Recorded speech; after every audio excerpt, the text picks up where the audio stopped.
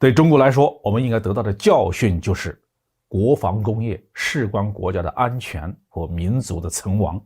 在任何时候都不能忽视它的建设和发展。各位网友大家好，我是包明。这一期我们要说的是俄罗斯是不是要失去中东的军火市场了。美国福布斯新闻在3月31号刊发了一篇社论，认为俄罗斯很快就要失去传统的中东军火市场。这一方面是因为美国对当地国家施加压力，禁止他们购买俄罗斯的军火；另一方面也是因为俄罗斯生产的武器装备性能在下降，在乌克兰战场上的表现比较差纸面数据已经落后了。这种说法有一部分是政治偏见，有一部分却是客观事实。这反映出了一个让俄罗斯非常尴尬的现实，那就是俄罗斯作为一个传统的军工强国，它的竞争力下降得很厉害。这一点可能让我们很多中国人觉得难以理解、难以接受。武器装备最好的市场营销就是战争，如果在战争当中表现不好，那无论什么样的政治压力和商业宣传都没有办法阻止用户的放弃与逃离。美国并不仅仅是今天才开始打压俄罗斯的军火销售，几十年以来，美国的各路媒体实际上从来没有停止过对苏制武器装备的贬损，什么工艺水平差了，什么人机功效不好了，可靠性差了，傻大笨粗等等。但是金牌产品就是金牌产品，苏联时代拿出来的名牌军品多的是，著名的 AK 自动步枪、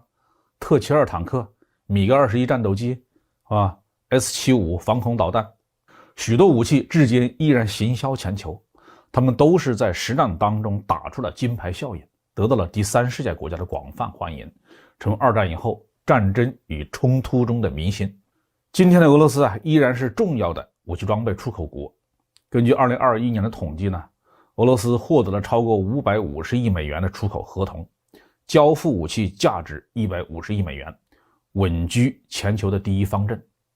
但是俄罗斯在高技术装备出口方面确实呈现出了严重的衰退的迹象，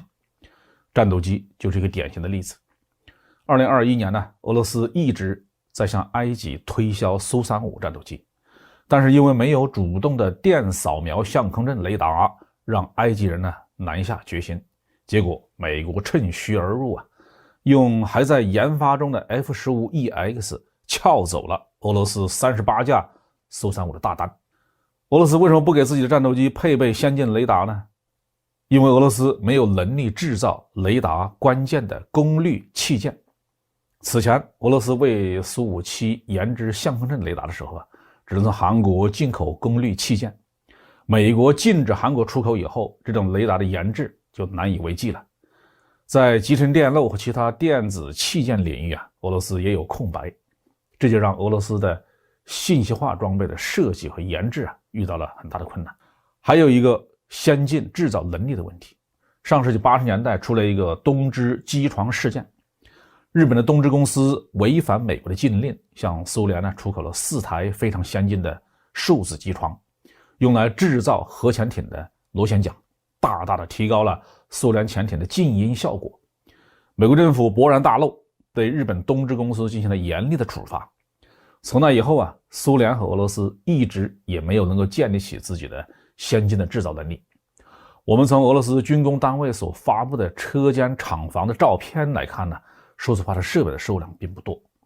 在先进装备生产上，经常要涉及到极限制造的概念，就是制造特别大或者是特别小或者是特别复杂的东西，不但要造得非常的精确，还要能够大批量的生产。这样的要求靠老师傅操作传统机床已经是不可能实现的，这就导致了俄罗斯的很多型号能设计出来却造不出来，造1-2台样机可能还可以，大批量的生产就够呛了。中国在上个世纪90年代也面临同样的问题，因此国家和有关科研生产单位下决心进行大规模的工艺装备的现代化改造，建立了以数字化设备为主体的全新的制造能力。我们今天所看到的先进主力装备包括99A 主战坦克、歼20战斗机、055驱逐舰都是先进工业制造的产物。俄罗斯呢，要想把军工科研生产能力重新恢复起来，绝非易事，可能需要万亿美元量级的投入，更需要整个国民经济体系的重建。这不是任何人呢能够帮助俄罗斯解决的，只能靠他们自己。对中国来说，我们应该得到的教训就是，国防工业事关国家的安全和民族的存亡，在任何时候都不能忽视它的建设和发展。好，这期话题就说到这里。